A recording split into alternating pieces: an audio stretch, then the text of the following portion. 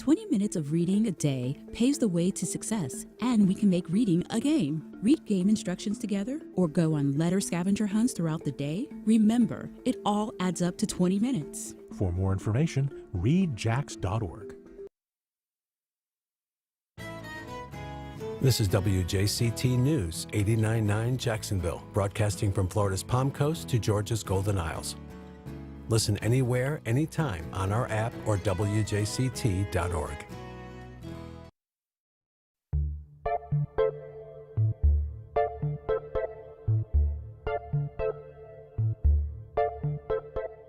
Support for First Coast Connect is provided in part by Baptist Health and North Florida TPO.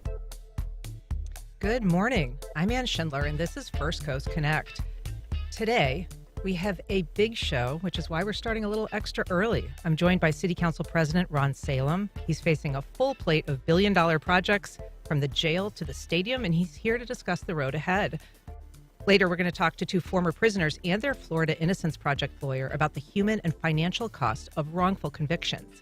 And we welcome Janice Ray, author of Ecology of a Cracker Childhood, ahead of an environmental book summit at UNF. But first, City Council President Ron Salem, welcome. Thanks so much for being here. And thanks for having me. So a lot of big things to discuss, but let's start with the sexiest, the stadium deal. It was unveiled this week by the mayor and the Jaguars. How much advance did you have on the details of that prior to Tuesday's meeting? None. And it was important to me for the city council to stay out of it. So I heard the details right along with my colleagues. Okay. And what is your early take on this? I mean, we talked yesterday about what the building will look like and the lease extension. So I'd really like to kind of talk about the financing as much as we can. Big picture, are you satisfied from a cost benefit standpoint? And I was pleasantly surprised on the percentages, even with the $150 million in maintenance that we're putting in. It's 55 city, 45 Jags, and frankly, that's a little bit better than I was expecting. In terms of the balance. So is there for you a kind of go, no-go on financing? The finance part of it, I spoke to our auditors yesterday afternoon. They have some questions about the financing and how it's going to work. They're researching it. So it's hard for me to comment until the auditors can advise me on exactly how it's going to work. It's an intriguing system of moving projects out of the CIP back to Better Jacks. Remind us, the CIP is the Capital Improvement Plan. Mm-hmm. Mayor Curry moved a bunch of projects out of Better Jacksonville into the Capital Improvement Plan. We should probably stop and just explain. So Better Jacksonville is a half-penny sales tax. I'm sorry. Yes, the half-penny sales tax that was to expire in 2030, but was extended, I think, in 2016-17 to go another 30 years to help us with our pension problem. Yeah, so initially it was going to build a lot of like bricks and mortar type things under Mayor Delaney. Then it was expanded so it would cover pension. And now Mayor Deegan is looking to use some of that Better Jacksonville plan money to help finance other projects to free up city money to pay for the stadium. That's correct. Mayor Curry moved several projects road projects out of Better Jacksonville plan back to the CIP so we could start paying off the pension 4 years earlier. It appears the proposal by the administration is to move about those projects and about a total of $600 million back out of the CIP, back into Better Jacks, which would free up room in the CIP for the stadium. So it's a lot of acronyms, but the bottom line is this would push back when the city starts paying down its billion-dollar pension debt or however many. It would go back to what we originally planned, which is 2030. So there is going to be a cost, I would guess, with starting that pay down later. Is that something that you have any grasp of kind of what that will cost? That's exactly one of the questions I'm asking our auditors. Okay. What are the repercussions on the back end for doing this on the front end? So there has already been some pushback specific to that issue. I think that your colleague Rory Diamond tweeted at 5:08 while this was still being presented, that he had objections to part of the plan, which is this community investment component. in addition to the stadium, $300 million split 50-50, city paying half, Jaguars paying half, to improve the area around the stadium and the parks in that area. Some of your colleagues aren't liking that. There's 19 of us, Ann, and we're all individuals, and they can speak out on different aspects of the plan. It is my intention. There are 7 components to this plan, 6 related to the stadium, and the 7th one is the community benefit plan. The community benefit plan does not occur unless we get the other 6 done. So it is my intention to move those 6 stadium components first, get that done, I hope by the end of June, and then if the community benefit part of this gets moved till after our break in July, that's just the reality of time. I had asked for 60 days. And that's when your term ends as president. That is correct. I had asked for 60 days, if you recall, to have the plan. Still don't have the plan. There are components that appear to be finished. So we're doing our best, working with the administration. Mayor Deegan is very supportive of what I'm trying to do to get these agreements in front of the council so we can ask all the questions, get everyone's questions answered, and move the plan. So we mentioned that a big part of this plan involves kind of shifting money between the capital improvement fund and the Better Jacksonville tax, financing that we have available. But there is another component I want to ask you about, and that's bed tax money, because that's something that the city collects 6% for hotel stays. If you stay at a hotel, you get this tax. It's supposed to go to sports venues, entertainment venues, and promoting tourism. And in recent years, the Jaguars have continually kind of taken a little more and more of that under ordinance. So it's not just will we give it to the Jaguars, but we must give it to the Jaguars. There's 6 cents, 2 cents now are dedicated to the sports complex, 2 of those cents dedicated to debt service on the stadium. This would increase even further. Well, the 2 cents that goes to the sports complex in this plan, will all go towards the stadium. Okay. That's the change. Instead of going to the ballpark or arena, 100% of the 2 cents will go towards the stadium. And so what do you hear from your friends at the ballpark and the arena, or even in the Visit Jacksonville world who, that's their money too? I have not heard. I guess the plan was presented Tuesday night. We had yesterday. I've not heard from Ken Babby or the people over at ASM that manage the arena yet. Ken Babby of the Jumbo Shrimp. But I'm sure it'll be a topic of discussion. Well, if you're just joining us, we're talking to City Council President Ron Salem about the new Jaguar Stadium deal. We're also going to be talking about a proposed new jail. You can join our conversation live on air by calling 904-549-2937, or you can email us at firstcoastconnect@wjct.org. We have a call from Mark on the west side. Go ahead, Mark. Good morning. Mark, I think we have lost you unless you can come back. Give us another try. Good morning. We've got another Mark on the south side. Go ahead, Mark. Hey, good morning. My analogy might not be apples to apples, but I want to say I kind of support the Jaguars investment. When you look, just this week, we announced that we're expanding or building the 3rd terminal at the airport, and I doubt that Delta Airlines is giving us any money for that expansion. I know there's other funds for that other than just taxpayer money, but I'm sure taxpayer money is going to that.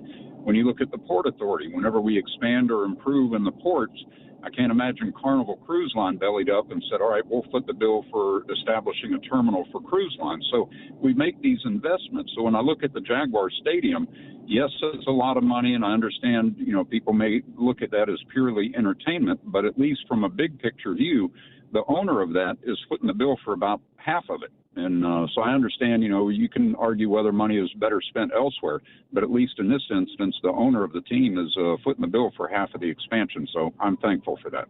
Thanks, Mark. Thoughts? Yeah, well, in addition to that, if you look at the deal, and I've tried to study it as much as I can over the last 24 hours, in terms of maintenance of the stadium, in terms of game day operations at the stadium, the Jaguars are picking up a much higher percentage of that than they did in the original agreement.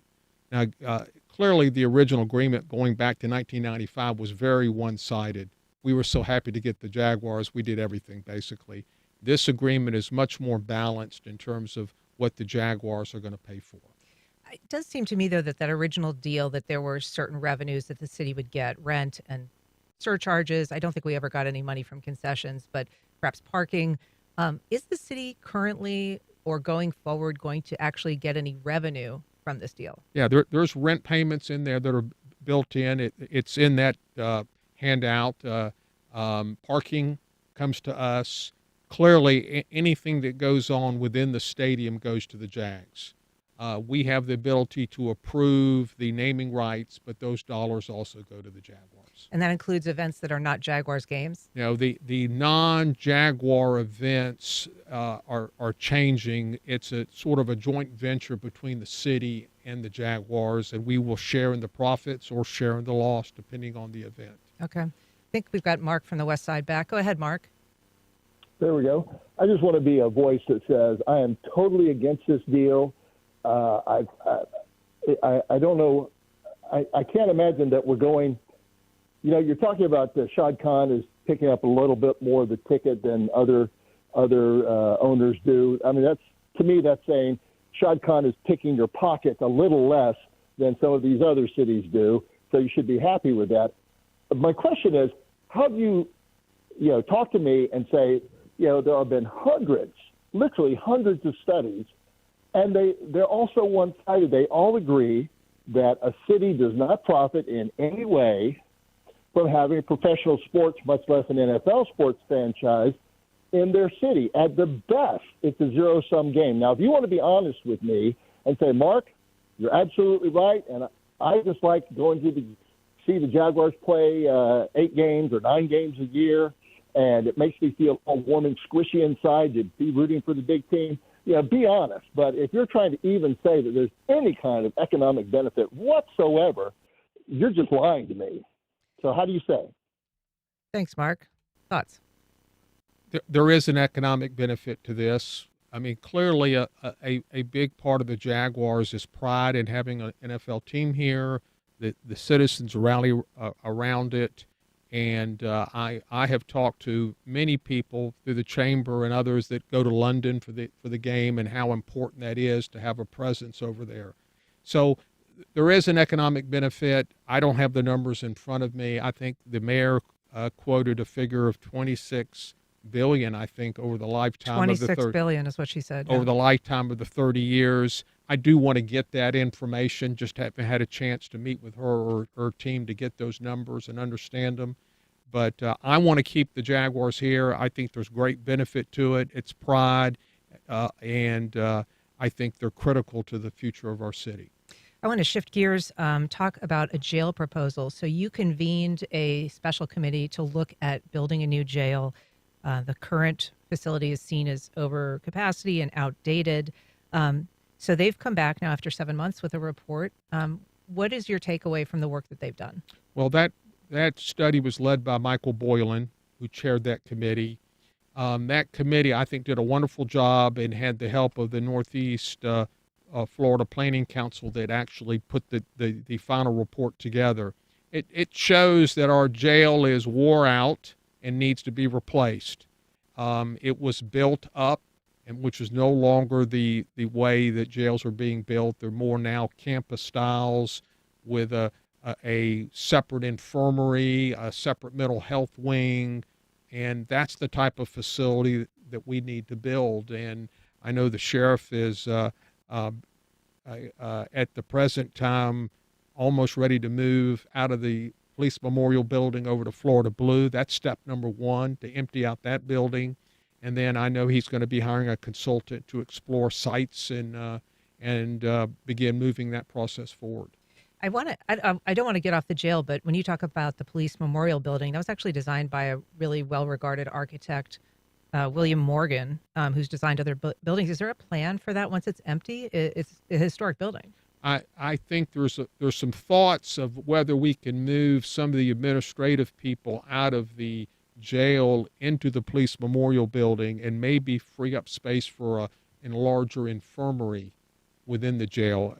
We are... Even as we wait on a new facility. That is correct. Our council auditors conducted a study of UF Health, and we found out about a third of the indigent health care at UF Health are inmates that are being transported from the jail to UF Health. And we could prevent a lot of that if we had a up-to-date infirmary within the jail. The cost of that, some $20 million in transportation costs alone. Is that right? Oh, no, it's about $6 million in transportation costs, but the cost of health care is, I think, $13 million. I think if you combine those, that's your 20. And then you have security costs. Those inmates have to be guarded 24/7 when they're over at UF Health. Right. One of the things that we hear a lot in this discussion about the new jail, or even the new police memorial place, building, is that it's unwelcoming and that it makes it difficult for JSO to recruit and retain. And they mentioned that in the report as one of the driving factors for why we would need a new facility. Is it possible that the difficulty in recruiting and retaining police officers has more to do with the fact that there is no defined benefit pension anymore for new recruits, and they're in a 401k style plan? Let me address 2 points there. Clearly, recruiting correctional officers is a real problem. We've got dozens of openings, and the sheriff is even giving sign-on bonuses to try to recruit correctional officers. If you spend any time in that jail, and I have, it's a difficult place to work. Number two, Randy White, who is the vice president of the city council right now, and all indications are he'll be the next president, wants to take a look at FRS. FRS. The Florida retirement system, and whether we could take a look at that in putting police and fire back into that plan. And that's something that I think he will have a special committee of some sort when he's president to take a look at that. That's a separate pension fund than the one that we're so indebted on currently. That is correct. Okay. We have a call from Adam in Murray Hill. Go ahead, Adam. Hello. Yes, thank you. I just have a comment regarding the stadium. I live in Murray Hill. We have just like a few sidewalks. Most of Murray Hill has no sidewalks. It floods. Our schools are falling apart. I just want to know, is there any, we're going to fund $750 million almost into a stadium when we're closing schools because the infrastructure is horrible, and we don't even have sidewalks in some of the most popular neighborhoods. Good question, Adam. That's my question. I'll take it off air. Thanks so much. Adam, I grew up in Murray Hill, so it's a great place to live. In terms of his question revolved around, I'm sorry. It's just sort of, why are we going to pay for a stadium when there's so many other needs? Well, and there are other needs, and we're addressing those needs. I mean, if we want to keep the Jaguars, and I think the overwhelming majority of people do, we're going to have to invest in this stadium. And those things like sidewalks and other things are going to continue to occur. I think we can do both. It just takes more time. A couple of questions emailed for you. One is, what was his reaction to the comments from his colleague Rory Diamond about Deegan's plan? Just to refresh, I think he said that the $150,000 the city was going to pay was $150 million. $150 million, was garbage, and the mayor handing cash to her friends. I mean, just so we're clear on what he did say. And then second question, is there a way to connect the stadium district to the larger downtown area? Would bringing UF to the fairground spot help? Well, let me address the second one first. I know the UF Health graduate school campus is looking at either the fairgrounds or down in La Villa. I think that decision will occur in the not too distant future. I met with President Sass this week, and I know he's eagerly looking at that location from the president of the University of Florida, and he's looking to try to make that decision soon. And that will clearly be a huge catalyst for downtown. Mm-hmm. And I'm excited because of the number of students that will be in the downtown area. We just approved the law school from JU coming into downtown, and those are all very positive things, I think, for downtown. We have an email from William. He says his favorite part of the deal is the new downtown riverfront parks. He says, I don't go to the Jaguar games, but the parks will benefit the entire community. We are going to have to wrap here, but just very briefly, a lot on your plate. You've got just a few weeks left, really, as president. What's your main focus? Well, clearly the Jaguar deal is number one. I've set aside every Wednesday through Friday in June for the council to meet to go over questions to the team to try to move that process forward. We've got the Laura Street trio that might be ready that we're going to try to address in June as well. So I won't be skating home on these last 3 or 4 weeks for sure. Foot on the gas still. Well, thank you so much for joining us. We look forward to having you back again soon because there's so much to talk about. Thank you, Ann, for having me. Up next, the human and financial cost subject, wrongful convictions. Here to talk about the true cost of false accusations is Seth Miller, Executive Director of the Innocence Project of Florida. Hi, Seth. Hi, Ann. How are you? I'm great. Willie Williams, wrongfully convicted of murder in 1976 before being exonerated earlier this year. Welcome, Mr. Williams. Thank you. And Stephanie Spurgeon, who was wrongfully convicted of manslaughter before being released in 2020. She's now a paralegal with the Innocence Project of Florida. Hi, Stephanie. Good morning. So, Stephanie, your story is remarkable. You spent 9 years in prison after being wrongfully convicted basically on junk science. Remind us of the parameters of your case. Well, I was accused of soft impact with a daycare baby that I was taking care of. And the science then showed that she died from undiagnosed diabetic ketoacidosis. This was a case that was initially prosecuted as if it was a shaken baby syndrome case, and then the state kind of changed its version of events midstream. They did. They went with soft impact.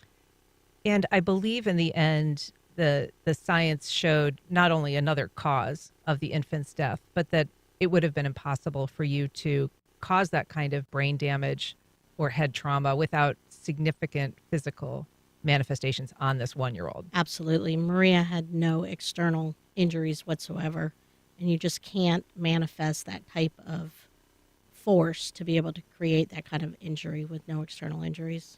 So you had been a daycare, you'd run an in-home daycare for 15 years at that point without any problems. I had. This was that child's first day at your daycare. It was 1 8-hour day. And you spent 9 years in prison? 8.5, yes. 8.5 years, okay. But you did learn law while you were in prison? I did. I became a certified law clerk. Mm-hmm. Seth, we were talking a little bit about junk science. We were talking about the shaken baby syndrome. What is it about cases like this that there's kind of an assumed abuse as opposed to a search for other causes? Well, many of us are parents, and we love our children. So naturally, when something happens to a child, people want to know what happened and who did it. It's a scary thing for a family, scary thing for a daycare worker or a parent or a babysitter to have a child that appears normal and all of a sudden they become compromised and God forbid die. So I think what happens here is sometimes we look for a criminal justice response to something that might not be a crime. And there's just an overzealousness to blame someone, in this case, the last person who was with this child, in this case, Stephanie, instead of just following the science, following the medical evidence, and kind of, before you charge abuse, ruling out all possible medical situations. And in Stephanie's case, they didn't even do standard tests to determine whether the child was in a diabetic situation. They called the child abuse pediatrician and said, hey, we think this child's come in the hospital with over 460 blood sugar, which we all know is insanely high. And she said, no, don't worry about it. It's not that. That's just from the trauma. That's just from the abuse. And so it was a fork in the road. They had a chance to figure it out. Instead, they went down the route of blaming Stephanie Spurgeon for something that wasn't a crime.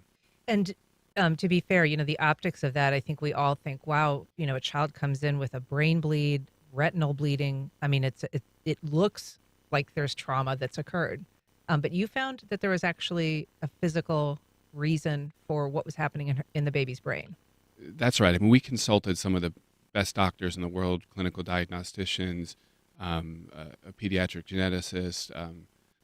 We worked with a biomechanical engineer to try to understand, if what they said happened, a slamming against a mattress, could cause these injuries. And, what we found through all those experts, all those doctors, is that this child had a thrombosis, a blood clot in their skull that created pressure in the brain that caused the bleeding, that then led to bleeding behind the eyes that showed the retinal presentation, and that was something that was dismissed. But there's clear support for it in any doctor that looked at it that knows what they're doing, saw, hey, this is an issue, and then of course they were highly concerned about the 460 blood sugar level, that this child was in a diabetic situation. It was never tested, never ruled out, and that appears to be the cause. Because that can thicken blood and make somebody more prone to clotting. Correct. Yeah. Correct. Williams, the last time I saw you was in your backyard. It was the day that you were formally exonerated. Yes, ma'am. For your wrongful conviction. You spent 44 years in prison. Plus, yes. We're talking in Stephanie's case about junk science. Your case also involved a kind of junk science. Remind us what happened, the witness that identified you as someone who attempted to kill them. Well, from my understanding from the state attorney office, when they did the integrity unit, and they found out in their files, which I didn't know at the time because I had filed previous motions to go back to court, and they were denied. And they found that the alleged victim was put up under hypnosis at that particular time to identify me from a photo picture that they gave him. Mm-hmm. And that's what resulted into, and they did not, according to the law, they did not disclose that to my attorney. And if they would have done that, then the integrity unit come to the conclusion that that I wouldn't possibly been found innocent of the case. Yeah. Seth, this is another instance where you have, science maybe that's changed over time. So, it's no longer accepted to hypnotize somebody in order to induce an identification in an eyewitness. But this eyewitness couldn't identify Mr. Williams prior to that hypnosis. Yeah, I think this is sort of emblematic of sometimes a tunnel vision that goes into criminal investigations. Like, they had already focused on Mr. Williams, so it was inconvenient for the surviving victim to not identify him. So they went this extra step of employing what even then was a compromise thought of as a junk science, even though it wasn't yet excluded from courts. It was excluded a few years later. And so, instead of saying, hey, maybe we don't have the right person, they said, we need to now go get the evidence to prove it, and then never disclosed that junk science to the defense and really hampered their ability in a single eyewitness case to defend Mr. Williams, such that there shouldn't have been any evidence that he was the shooter in this case, and it should never have been prosecuted in the first place. If you're just joining us, we're talking about the cost of wrongful convictions, and we welcome your calls and comments. You can reach us live on air at 904-549-2937. You can also email us at firstcoastconnect@wjct.org, or you can reach out on social media. Willie Williams, you had served your time in prison. You were actually paroled 4 years before you were formally, the state formally decided to drop the charges, overturn your conviction and not refile. How important was that second step, given that you were already out of prison? Well, I got paroled in June of 2020. I went to the halfway house, which is dictated by the parole commission. You have to stay there for a year, and I left there and got my own apartment, and I hadn't had any violation or anything of this nature while I was on parole. I was working every day and doing what the parole commission guideline called for me to do. And then I moved to Jacksonville, where my family's at, and from there I got a job here, and right now I'm employed on 2 jobs, working 2 jobs, and just trying to do the things that I need to do.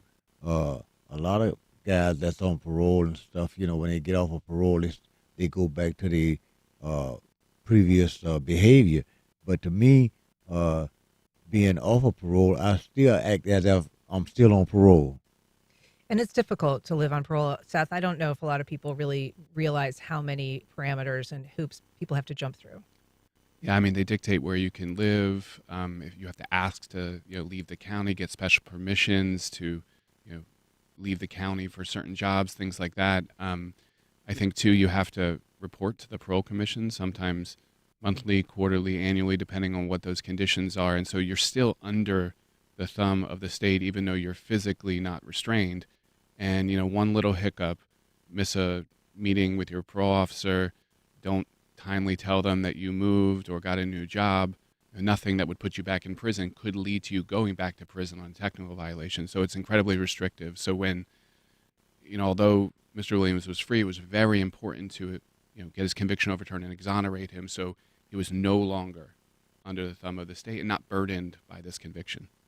Stephanie, your case is a little different because unlike Mr. Williams, you were not formally exonerated. You had your conviction overturned, but then the state wanted to retry you. Yes, they did. It was extremely scary.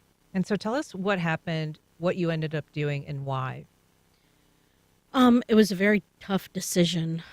I agonized over it for a long time, but essentially it just wasn't worth the risk of possibly being wrongfully convicted again. So I offered them an Alfred plea, which means that I maintained my innocence, but I gave them the conviction. So I am a convicted felon today. And that's not going to change. No. Seth, how significant is it that the state, in her case, accepted an Alfred plea as opposed to taking the case to trial a second time? Yeah, well, it's always interesting because when this sort of comes up and we're able to overturn a conviction, oftentimes the state attorney points to our client in the room and paints them to be a monster, and yet we're having negotiations behind the scenes to free the person who they're calling a monster into society. So I think it's very clear that in Stephanie's case, they weren't at all concerned about her being a threat to society. Really what they wanted was, whether it's in their mind for the victim's family or for themselves, was to just maintain that conviction, even one that was wrongful at all costs. And they're perfectly happy to let her go and live her life. But she's still burdened by this conviction. And it's, you can talk more about it, Stephanie, but I know it's prevented you from getting jobs and, prevented you from, being able to sign a lease in certain places.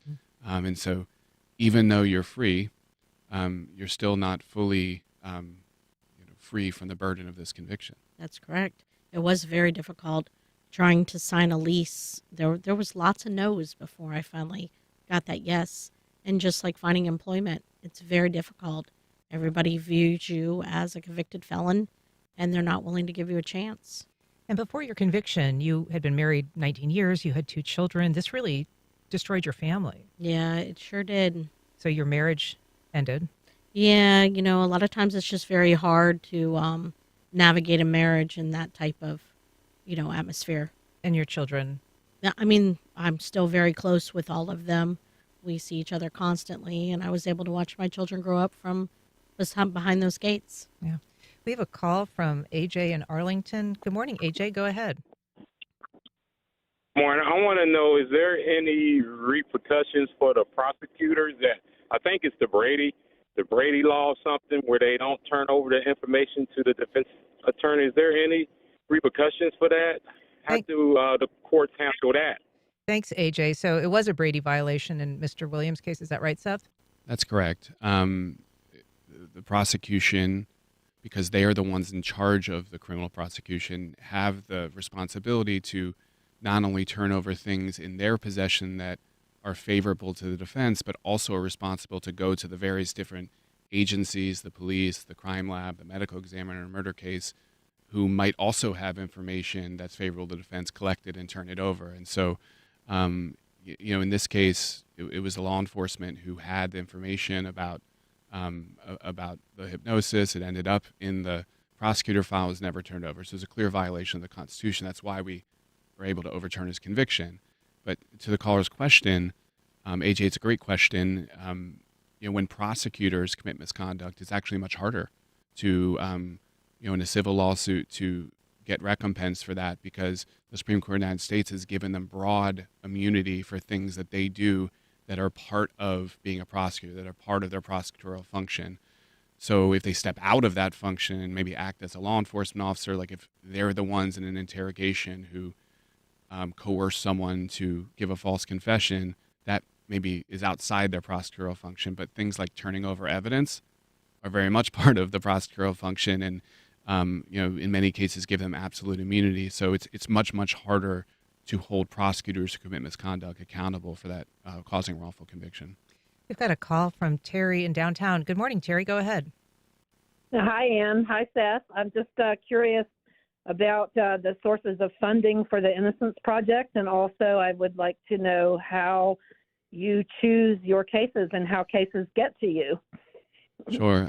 Thank you. It's a great question. The Innocence Project is the project in New York, and we at the Innocence Project of Florida are a sister project, but completely autonomous both in our governance and our funding. So we have to raise all the money that it takes to represent, about the 45 people that we're currently representing, and review hundreds of cases that are coming behind that for possible representation. It comes from private foundations, public foundations, some federal government grants, and just individual donors who are giving money year over year or sponsoring events like the one we're having tonight in Jacksonville. In terms of picking our cases, we have about 1,000 people who write us for assistance every year, and we're looking for indicators of innocence in those cases, things we know that cause wrongful convictions, and use that as a tool to sort of sift cases into the pile of hey, we're going to look deeper into this, commit resources into reinvestigating it to see if we can develop evidence of actual innocence versus cases that might be righteous or we might not, but we just can't do anything in those cases for other reasons. And so we have a lot of experience doing this, and we've been able to identify dozens and dozens of good cases over the years that have helped us be part of freeing 32 people. We've got an email from Mark. He said, I think one of the greatest costs to people who've been incarcerated is when we strip them their voting rights. I believe a couple election cycles ago, Florida residents overwhelmingly voted to restore voting rights to felons or former felons, but they've not yet been restored. He's asking for a status update on that. Sean, I'm not sure. Seth, I'm not sure if you know the answer to that. I mean, you're not what I focus on at the Innocence Project of Florida, but I can tell you the experience of a lot of our clients is that even though they don't fall under the prohibition any longer because, even if they have a prior felony record, it's not excluded under the law. You still have to now pay back any fines or fees or restitution that are required as part of any previous sentence. And one of the problems is that there's no central database for people to check whether they have fines, fees, or restitution that's still outstanding. So, they might be able to register to vote still through the supervisor of elections. They may be able to go vote, but I think there's a concern that that might lead to a violation of law that you don't even know you're violating. Right. And for someone like Stephanie, you're not able to vote? I have not, no. Mm-hmm. So there is a recent case that you've been involved in, Seth, that is just new to me. It's not new to the world, but it's captured on a podcast called Bone Valley. And it is an extraordinary story of a wrongful conviction and has actually, created change in that case as well. It was tackled initially by a Pulitzer Prize-winning journalist who wrote Devil in the Grove. How important are cases like that just in terms of getting word out about the work that you do? Yeah, it's a great question. I think that so much of the work we do is just, silent and unseen. The hard work that we do in cases, we just put our head down and do it. And sometimes it's hard to realize how to, publicly advocate while a case is ongoing, to both raise awareness about that case, but sensitize people to wrongful convictions. And, Making a Murderer on Netflix, the case in Wisconsin, we were concerned about it because it was a guy who got exonerated and then got charged with murder. But as it turned out, whatever the case was about, it caused millions and millions and millions of people to, follow a case of a potential wrongful conviction and start to think about that and, scrutinize it. And that's, I think, the most important thing. And for Bone Valley, for Leo Schofield's case, I think particularly someone like Gilbert King, investigating it for years and putting together a wonderful podcast has given a lot of people a lot to think about and wonder, are there more Leo Schofields, which I think is the most important thing, just to sensitize people and raise awareness about wrongful convictions so that when they're serving on a jury or see these cases in their community, they can be appropriately skeptical and wonder, is this happening in my town? Can I do something about it? What is so difficult about getting an agency like a state attorney to revisit a case. I mean, in the case of Leo Schofield, there actually is another man who confessed to the murder. His fingerprints were at the scene where this woman was killed. This is Leo Schofield's wife that was murdered. And there was really nothing tying him to the case at all. That's correct. Yeah, I mean, it's hard. I mean, I understand this idea of you come back 25, 30 years later and you're challenging the case and people don't want to admit they're wrong, and that's a human tendency. But I will say that there are many prosecutors' offices, just like the one here in Jacksonville and the outlying counties, that have put together these units that look at the integrity of convictions, called conviction integrity or conviction review units.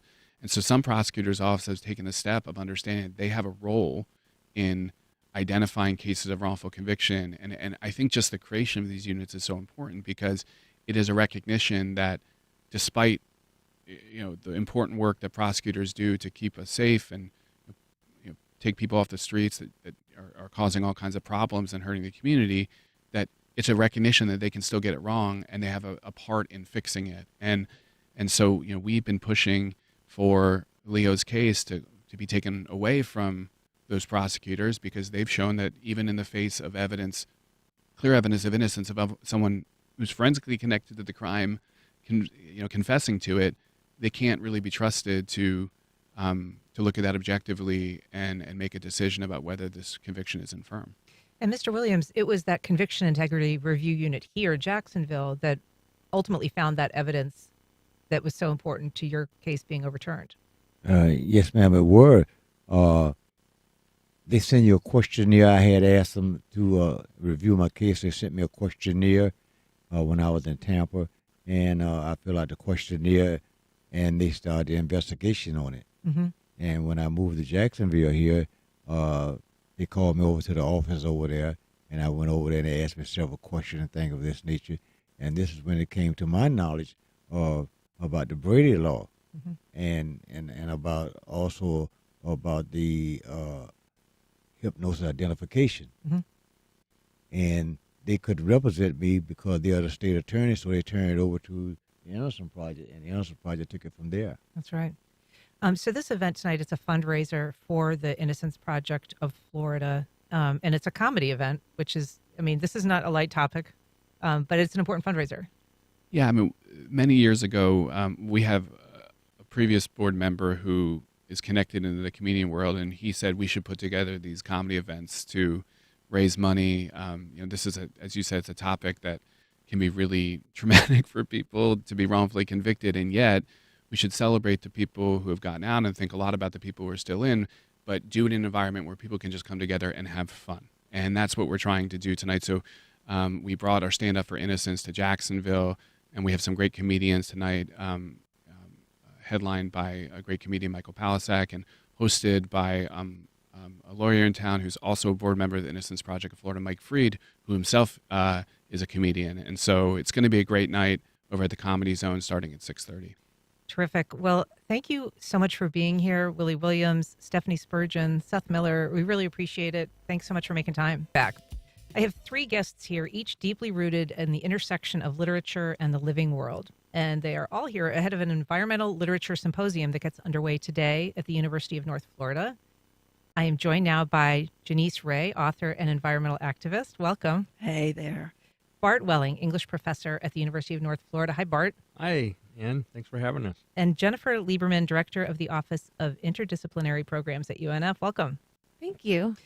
So, Janice, your 1999 book, which I have here, Ecology of a Cracker Childhood, you create kind of a parallel narrative between your childhood struggles and the fight to survive or the fight to save longleaf pines. Explain how you explore that parallel in your book. So you're right, Ann, it's an environmental memoir, but I really didn't care if people knew about my life or not. I'm very concerned about the longleaf pine ecosystem. It used to cover all of the uplands of the South. And I just knew nobody was going to read a book about a pine tree, but I had this interesting childhood, raised on a junkyard in southern Georgia. So I decided to use my childhood as a vehicle to tell what I consider is this gigantic story. Mm-hmm. And you describe the place where you grew up, Baxley, as an an ugly place, about as ugly as a place gets. So how did you find your way into environmental activism from a place that was sort of bereft of, some benefits of like a natural environment that encouraged you to do that? Yeah, it's a question I've pondered. I think it was trees. Honestly, I have this like deep, I don't know, I think trees are living beings that talk to me even. And I have this very deep connection that I've had since I was a child with trees. And it's a calling for me. It's, I'm a writer, and writers are supposed to be writing, just this literary work that's for art's sake, but I'm not that person. I want to change the world. Like, I want to save wild places and wild things and our wildness. So, Bart, you teach something called eco-criticism, which is something I'd never even heard of that term before. What is that? Basically earth-oriented literary criticism, but a lot of people are looking at things like video games and movies and shopping malls and theme parks and all kinds of places, and applying some tools of critical analysis to basically every aspect of the way we live. It started with looking at authors like Henry David Thoreau and Emerson and, some of the classic John Muir, those types of authors, but it's really expanded. How does it apply to other like non-literary endeavors? Because we're really focusing on human relationships with non-human beings and with the physical world. And so, we talk about food, we talk about energy. This symposium is really focusing on energy, and but we also talk about relationships with animals, with plants, with. And so tell us a little bit about the symposium, just who is going to be attending. Who do you want to attend? Well, tonight, the opening event at 5:30 at UNF, Robinson Theater, Building 14A, right by the Fine Arts Center. We would like everyone to come. It's free and open to the public. The symposium is more for scholars, but if people would like to find out more, they can contact us, and we'll be happy to, tell them about different panels they can attend. And the scholars are coming from Taiwan and Czech Republic and the UK and lots of states in the US, and we're going to have a good international kind of group gathering. All right. We're going to take a short break. We'll be right back in a minute with more. The Jacksonville Jazz Festival returns Memorial Day weekend. Experience downtown Jacksonville come alive with the sounds of jazz greats and modern favorites at the 2024 Jacksonville Jazz Festival, May 23rd through 26th. 2 stages of live music at Metropolitan Park and Daly's Place Amphitheater. A premium experience package including VIP and preferred seating. Learn more about this year's lineup information at jacksonvillejazzfest.com. On the next Fresh Air, writer Carvel Wallace. He's known for his profiles of musicians, athletes, and politicians like Samuel L. Jackson, Steph Curry, and Michael B. Jordan. Wallace has written a new memoir about his own life, growing up unhoused. We know that greenhouse gases are harmful when they enter the atmosphere, but what if they were stored thousands of feet underground forever? A debate is raging in oil-producing regions across the country over carbon capture. Why take the risk here in our backyards and in the backyards of already overburdened communities? More on that story next time on 1A. Today, starting at 10 on WJCT News 89.9. Writers ahead of an environmental literature symposium that starts today at UNF. And I want to bring Jennifer into the conversation. You also teach English, and you have some, and you're also an author. How do you come to environmental literature? Well, I'll share a quick anecdote if that's okay. One of the classes that I've taught is writing about climate change. And a lot of the students who take that class come from the sciences, and they are majoring in biology, and they think we need a lot more science in order to move the needle on saving the planet or saving the longleaf pines. And I asked them on the first day, how many scientific papers did you read before you really felt committed that this was a problem that you needed to work on? And the answer is almost always 0, because they're reading things like Janice Ray's work, or they're listening to radio programs like this.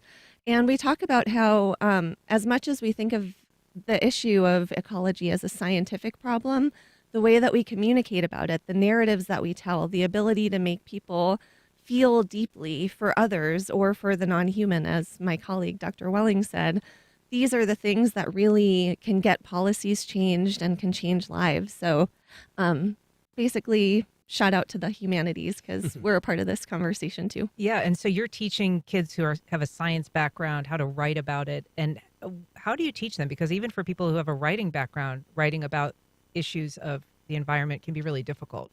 Well, I think that the very first thing is to understand the voice and perspective that you want to come from. One of the things that we were talking about as we were waiting to come out here is AI and that complete blank voice without any joy, without any trauma. But everybody has their own story to tell, and getting students to understand where is a moment where you felt joyful, where is a moment where you felt peaceful. How do we communicate those emotions to other people, and how do those feelings become a part of the way that we understand the natural world? Making it really personal, I think, is the way that everyone can access these stories. And Janice, you have gone on after Ecology of a Cracker Childhood to write many books, 9, I believe. How do you work the environment into the work that you do? Is it something that exists when you start, or is it something you kind of try to weave in? No, I think that we've lived in this world like in times where, ending child labor was important, or women having voting rights was important. But I just don't think there's anything more important right now than us figuring out how we're going to live sustainably on the planet, because what we're looking at is, flooding Jacksonville. We're looking at we are losing all the things that we love and that we've evolved with for thousands of years. It is the work of our time. And Bart, you are currently working on a book on the debate over fossil fuels and renewable energy, but you do it in the context of other wrongs, whether it's slavery or the theft of native lands. How do you weave all that together? What's the connection? Yeah, that's a great question. Back in the early 19th century, abolitionists used the term irresponsible power to refer to slavery.